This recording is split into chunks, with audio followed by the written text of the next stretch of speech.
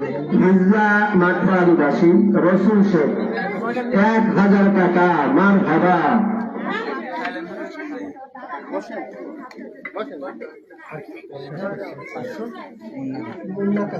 হিজলা মাঠপাড়াবাসী মুন্না কাজী, তিনি দিয়েছেন 500 টাকা।